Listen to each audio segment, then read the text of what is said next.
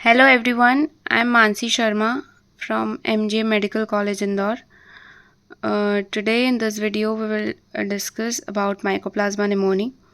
It is the part 2 of the video. Part 1 में हमने पहले जो इसके related topics है वो discuss कर लिए. It is from the microbiology book by Apurva Shastri. So starting from the lab diagnosis in this video. Lab diagnosis में हमको क्या क्या पॉइंट्स में लैब डायग्नोसिस लिखनी होती है. जब यूनिवर्सिटी एग्जाम में भी लेबोरेटरी डायग्नोसिस पे आता है क्वेश्चन, तो उसको हमें इन्हीं हेडिंग्स में लिखना होता है. क्या क्या हेडिंग्स है हमारे पास. स्पेसिमेन, कोई भी चीज़ है तो उसका पहले अपने को माइक्रो ऑर्गेनिज्म देखने के लिए स्पेसिमेन लेना पड़ेगा. उसके बाद में फिर उसको कल्चर करके ग्रो करेंगे. ठीक है, फिर आइडेंटिफाई करेंगे. उसकी कुछ टेक्निक्स आइडेंटिफाई करने की, मल्टीट ऑफ ऑटोमेटेड टेक्निक्स. फिर एंटीजन डिटेक्शन और एंटीबॉडी डिटेक्शन और मॉलिकुलर मेथड. तो ये जो हेडिंग्स है ना, इसी के अंतर्गत अपने को क्या करना है, लैब डायग्नोसिस करनी है कोई भी ऑर्गेनिज्म की. तो स्पेसिमेन क्या हो गया अपना, throat swab, nasopharyngeal aspirate, ब्रोंकियोअल्वुलर लवाज, lung biopsies. ठीक है, क्योंकि रेस्पिरेटरी इन्फेक्शन से रिलेटेड चीज़ें हैं तो ऑब्वियसली ये सारे सैंपल्स हमें को लगेंगे. ठीक है, कल्चर करना है तो कल्चर में क्या है कि सॉलिड मीडियम कंटेनिंग पीपीएलओ अगार. इसके अगार का नाम ही पीपीएलओ अगार रख दिया. ये क्या था, माइकोप्लाज्मा अपन ने डिस्कस किया था प्रीवियस वीडियो में कि it is pleuro pneumonia like organism. इसको ऐसा भी बोलते थे पहले, तो इसी के नाम का अगार हो गया पीपीएलओ अगार. तो इसमें ये बहुत इंपॉर्टेंट चीज़ है कि कैसी कॉलोनीज प्रोड्यूस करेगा. सब that is the fried egg appearance colonies.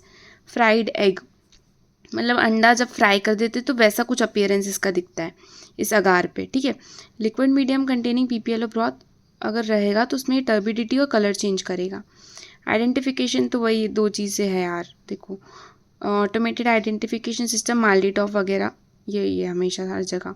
Antigenic detection अपन लोग करते हैं तो एलाइसा से कर लिया या फिर इम्यूनोफ्लोरेसेंस से कर लिया. ठीक है, डायरेक्ट इम्यूनोफ्लोरेसेंस या फिर antigen capture ELISA. Antibody detection करना है तो वो भी स्पेसिफिक होती है, एक नॉन स्पेसिफिक है. तो स्पेसिफिक अपन लोग यहाँ पे एंटीजन को पता कर रहे थे अपन लोग डायरेक्ट इम्यूनोफ्लोरेसेंस से, और एंटीबॉडी को पता कर रहे हैं कहाँ से, इनडायरेक्ट इम्यूनोफ्लोरेसेंस से. फिर लेटेक्स एग्लूटिनेशन से कर सकते हैं या फिर एलाइसा. नॉन स्पेसिफिक में cold agglutination test and streptococcus MG test. फिर आता है अपना मॉलिकुलर मैथड्स जो detect the 16S RNA and P1 adhesion gene. तो ये सब हमारी मेथड्स हो गई. ठीक है, लैब डायग्नोसिस की. तो वही सब बताएंगे कि स्पेसिमेन कलेक्शन कैसे क्या करना है. ठीक है, स्पेसिमेन को जल्दी से इमीडिएटली ट्रांसपोर्ट मीडिया पे रखना है ताकि वो सूखे ना, to avoid drying. Standard mycoplasma fluid medium होता है containing fetal bovine serum, gelatin and penicillin. ठीक है, तो एक माइकोप्लाज्मा को काय में रखना है, माइकोप्लाज्मा फ्लूइड मीडियम में. देखो, उसी के नाम का ही अगार था पीपीएलओ अगार, और उसी के नाम का फ्लूइड मीडिया है, that is mycoplasma fluid medium. ठीक है, तो इसके अंदर क्या क्या तीन चीज़ हो गई, फीटल बोविन सीरम, साथ में जिलेटिन और पेनिसिलिन. ठीक है, वायरल ट्रांसपोर्ट मीडियम में added with ampicillin and cefotaxime. Viral transport media में क्या है, एडेड विद एम्पिसिलिन और सिफोटैक्सिम है. ठीक है, ट्रांसपोर्टेशन शुड बी इमीडिएट, तुरंतली अपने को ट्रांसपोर्ट करना है. If delay is expected then specimens should be stored at 4 degree Celsius for 48 hours and beyond that at -70 degree Celsius. तुरंत हमको ट्रांसपोर्ट करना है इसको. अगर लग रहा है कि ज़्यादा टाइम लगेगा तो फिर हमें को इसको और ज़्यादा ठंडे टेम्परेचर पे स्टोर करना है. ठीक है, -70 डिग्री सेल्सियस, बहुत ही खतरनाक. ठीक है, समझ गया. फिर अपन क्या करते हैं, स्पेसिमेन देख लिया. अब कल्चर में तो देख लिया था अपन ने कि सॉलिड मीडिया में तो इसका फ्राइडे का अपीयरेंस आ रहा है और लिक्विड मीडिया में टर्बिडिटी और कलर चेंज आ रहा है. जो अपने को मेन है ना फॉर यूनिवर्सिटी एग्जाम, ये टेबल याद कर लो. जो भी अपना है हर कोई ऑर्गेनिज्म की, ये लैब डायग्नोसिस की जो ये पर्पल कलर बॉक्स में टेबल दे रखी है, बहुत ही ब्यूटीफुल, प्रिसाइज, कंसाइज, जितनी तारीफ़ करो उतनी कम वाली टेबल है. मतलब बहुत अच्छी है.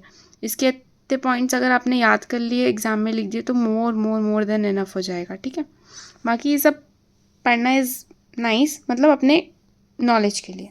ठीक है, हाँ, ये एक और चीज़ आती है यहाँ पे इंपॉर्टेंट कि कॉलोनीज़ को हम लोग एग्जामिन कर सकते हैं हैंड लेंस से या फिर यूज़ ऑफ स्पेशल स्टेन, जैसे कि डाइंस स्टेन बोलते हैं इसको. ठीक है, फॉर माइकोप्लाज्मा कॉलोनीज़. तो स्टेनिंग किस में करते हैं, डाइंस स्टेनिंग हम लोग माइकोप्लाज्मा को डिटेक्ट करने के लिए करते हैं. ठीक है, dice staining is for mycoplasma detection. ठीक है, तो ये हमारी माइकोप्लाज्मा की कॉलोनीज़ हैं जो कि फ्राइड एग अपीयरेंस, ये ठीक है, ये अपने को अगार पे दिखेगी सॉलिड कल्चर पे। फिर आइडेंटिफिकेशन तो वही माल्टीटॉप है, एंटीजन एंटीबॉडी डिटेक्शन अपन ने देख लिया था। फिर इसके बाद अपना आता है मॉलिक्यूलर मेथड्स। तो देखो इस मॉलिक्यूलर मेथड्स में इन्होंने बहुत अच्छा काम किया है कि इसमें जितनी भी टाइप्स ऑफ पीसीआर है ना वो डिस्कस कर रखे हैं। PCR is equals to polymerase chain reaction, ठीक है। तो ये हमारा डीएनए फ्रैगमेंट्स को डिटेक्शन कर लेता है, मतलब छोटे से छोटा भी कम से कम क्वांटिटी का भी डीएनए होगा ना तो ये उसको एम्पलीफाई करके अपने को बता देगा, ठीक है। तो पीसीआर ये नॉर्मल पीसीआर होता है। एक होता है मल्टीप्लेक्स पीसीआर। मल्टीप्लेक्स पीसीआर का क्या सीन होता है कि ये एक ही डिसीज़ कॉज करने वाले बहुत सारे ऑर्गेनिजम्स का पता लगा देगा। Has been develop detecting the common agents of atypical pneumonia. मतलब एटिपिकल निमोनिया एक डिसीज़ है लेकिन उसको कॉज करने वाले जितने भी एजेंट्स हैं, माइकोप्लाज्मा निमोनी, क्लैमाइडिया, लेजियोनेला, तो ये अपने को सबके बारे में बता देगा, ठीक है। साथ में आता है हमारा real time PCR. Real time में क्या है कि क्वांटिटेटिव डिटेक्शन करता है माइकोप्लाज्मा निमोनी का, कि अगर है सैंपल में तो कितने हैं, उनकी क्वांटिटी क्या है, तो ये हमें रियल टाइम पीसीआर से पता चल जाएगा, ठीक है। तो it is for quantitative detection of mycoplasma pneumoniae, ठीक है। फिर आता है हमारा बायोफायर फिल्म अरे। बायोफायर फिल्म अरे और भी इससे हाई एडवांस चीज़ है। वो क्या कर लेगा, ऑटोमेटेड मल्टीप्लेक्स पीसीआर होता है, तो ये साथ में 22 पैथोजेंस का पता लगा सकता है, ठीक है, इंक्लूडिंग माइकोप्लाज्मा निमोनी। तो डिफरेंस आराम से समझते हैं। पीसीआर सिंपल डिटेक्शन करेगा, मल्टीप्लेक्स पीसीआर एक ही डिसीज़ को कॉज करने वाले बहुत सारे पैथोजेंस का साथ में पता लगा देगा।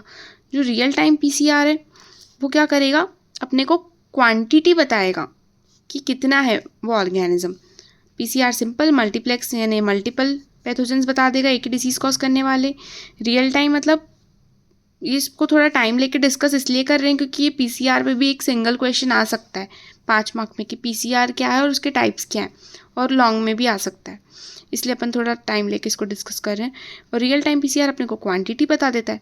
मल्टीप्लेक्स का समझ में आ गया, बायोफायर फिल्म अरे सीधे 22 पैथोजेंस डिटेक्ट कर लेगा एक साथ, ठीक है। पैथोजन मतलब disease causing micro organisms. Talking about the treatment, तो ट्रीटमेंट में macrolides are the drug of choice.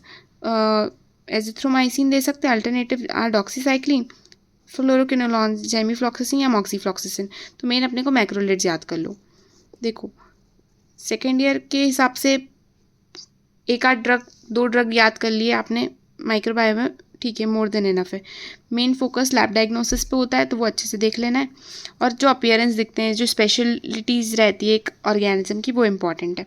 तो इसका हो गया macrolides, doxycycline, fluoroquinolones. So we are done with mycoplasma pneumonia. Thanks for watching.